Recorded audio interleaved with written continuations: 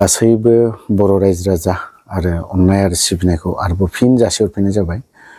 हरनि 12टा दै हरनि 12टायाव खालामदों आं भिडिअखौ। गासैबो उन्दुजोब्बाय न'आव, थेवबो गोसायै बुंनो हानाय नंला। उन्दुनो हायाखै, थानो हायाखै, गोसोखांबाय थादों। उदालगुरि डिस्ट्रिक्टआव दैफां साइडआवहाय जायनि इन्जुर गुदियाव न' खाथियावहाय जाय मानसिखौ गावहैदों आरो जि गामियाव गावहैनाय बे ओनसोलनि मानसिफ्रा मा होनदों? खौसेथिनि बाथ्राखौ बुंदों आरो एनकाउन्टारनि बारै बाथ्राखौ बुंदों। दिनै पुलिस प्रसासना बेफोरखौ सिन्था खालामाखै नामा? पुलिस प्रसासनजों लोगोसे जाय खुंथायाव थानाय बिथां प्रमद बर'आ बेफोरखौ सानाखै नामा? बिथांना मा बहाबा मेलानि नामाव बा साहित्य सभानि नामाव माबा मोनसे अनुस्थाननि नामाव गिदिर गिदिर खुंनायाव मुखुब जानानै दं। हयथ'बा बिथाङा बेफोरबायदि गिदिर गिदिर सभा मेला साहित्य सभानो माबा माबि कनफारेन्सनो नलेज प्रग्रामनो माबा बायदिसिना खुंनायाव हयथ'बा स्टेजाव गाखोनो लुबैनाया दासिमबो दङ। आं बेखौ साननानै दङ। दिनै साहित्य सभाखौ दोनथ'नानै बियो मानो फैनो हायाखै? जि जायगायाव गावथार जादों, जि जायगायावहाय जि गामियावहाय गावहैदों, मानो थाखाय गावखो? सोरमोन? मानो गावखो? बेखौ मानो सोंहैनो सम गैया? प्रमद बर'आ दिनै साहित्य सभायावहाय बिराद गिदिर गिदिर लेक्सार होदों। फार्स्टनिफ्राय लास्टसिम थादों। साहित्य सभाखौ आं दिनै मोनसे खोथाल' सोंनो नागिरो। साहित्य सभाया दिनैहाय गिदिर गिदिर कनफारेन्स बा मिटिं माबा खालामो। दिनैहाय साहित्य सभानि नामाव दिनै बर' रावखौ दिनै मोनबेसे बर'नि डिक्सनारिखौ बेसे गिदिर बरननो हाखो? अनलि बर' लेंगुवेजजों डिक्सनारिखौ बेसेबां रोजा बरननो हाखो? आरो खयथा वर्ड सोनो हाखो?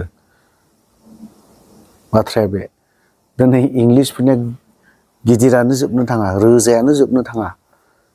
सोदोबजों सोदोब पइन्टजों पइन्ट सोगासिनो दङ दिनै अक्सफर्ड बायदियावहाय गुबुन गुबुन डिक्सनारियावहाय। दिनै बर'नि डिक्सनारियाव खयथा गोदान सोदोब सोनो हादों? मोनसेबो गोदान सोनो हायाखै। ओरैनो साहित्य सभाखौ गिदिर गिदिर खुंबाय थानानै लाब जाया। फिसा खम माबाजों खुंगोन एसेबांनो बेनिफिट जागोन। बिनि बारा नोंनि बर'नि सोदोबखौ नोंनि बर'नि डिक्सनारियावहाय सोबाय था, रोजा खालाम सोयैनो, अब्लाना लाबसिन जागोन होननानै आं सानो। दिनै प्रमद बर'आ बेफोरबायदिखौ गोसोबो होआखै आरो सानफेराखैबो बियो। माहाय बहाबा स्टेज गाखोनो मोननाय, बहाबा नलेज प्रग्रामनो नलेजखौ होयै बेसेबां नलेज होखो?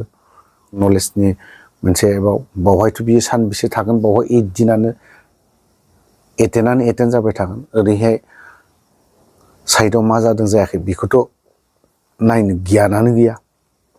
नोंनि बिटिआरआव नोंनि ओनसोलाव मा जादों, सोर गावजादों, सोर हमजादों, सोर मा जादों बेनि थाल गैया, बेफोरखौ गोसो गैया। अनलि बियो आङो 19-20 बोसोर आन्दलन खालामबोबाय, 30 बोसोर 40 बोसोर आन्दलन खालामबोबाय। आं आन्दलननि नामाव जेबो बेनिफिट जायाखै। आं 5 बोसोर सुबिदा मोनदों। बे 5 बोसोराव 30-35 बोसोरनि जेसेबां लस जानाय बेखौ आङो मा खालामनो? आंनि पकेटखौ भर्ति खालामनानै लाग्रोनि बे सिन्था धाराया दङ।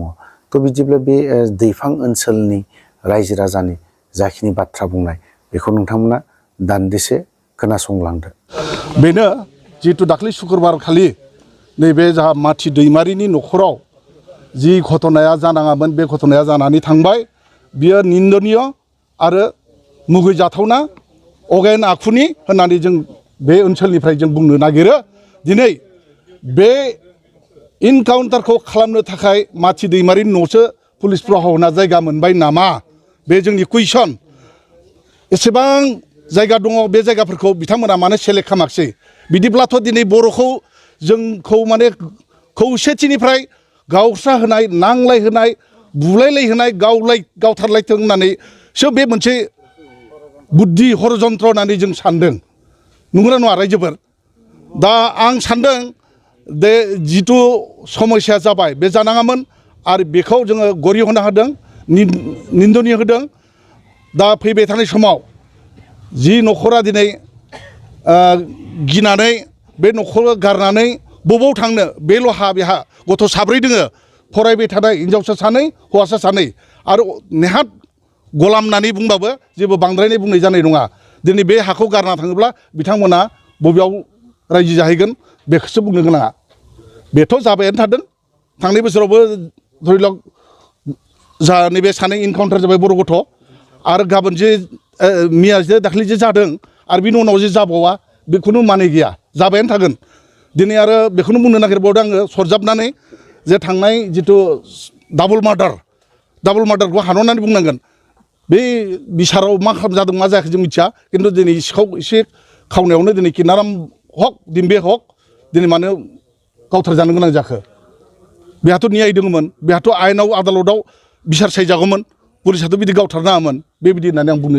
इच्ছা खालामो आरो बेथ' आं बुंबायानो एसे आगोलाव बुंखाबाय आङो मथ'ब्रत कर्ट दङ जुडिसियेल कर्ट दङ सुप्रिम कर्ट दङ हाइ कर्ट दङ बहुद कर्ट दङ लवार कर्ट दङ दिनै बिथांमोना ओरैनो दङ नामा बिथांमोना बिसार सायगोन बिथांमोना जा आयेन होनांगौ जा न्याय खालामनांगौ धारा होनांगौ बिथांमोना दोङो दा बेयाव पुलिसाथ' इच्छा मथे बिदिब्ला बे कर्टखौ सिफायथों बिथांमोना बे कर्टखौ नांलायलाया बिदिबा बिथांमोनानो हाजोबो अलिनल हरबे हरबा बेखौसो जों बुजिना लानो बाध्य जादों आरो दायो बेयाव जोंनि बर' जाथिया खौसे जानांगौ आरो बयजोंबो हेफाजाब होलायनांगौ आरो सांग्रां जानांगौ आरो बेबायदिया जाहाथे जोंनि बर'नि गेजेराव मालाबाबो जानो मोना सांग्रां थानांगौ होननानै आं सानो आं बे बेलायाव आं बेखौनो बुंनो इच्छा खालामदों आं डिसिनिसिमबो एसपिनिसिमबो पुलिस प्रहन सिभिल प्रहन बिथांमोननिसिम आं खावलायो जाहाथे भबिष्यत नैबे दैफां ओनसोलाव बेबायदि जाथायखौ जाहाथे मालाबाबो गुले क्रमे दा खालामथों बिदि होननानै आं बुंनो इच्छा खालामो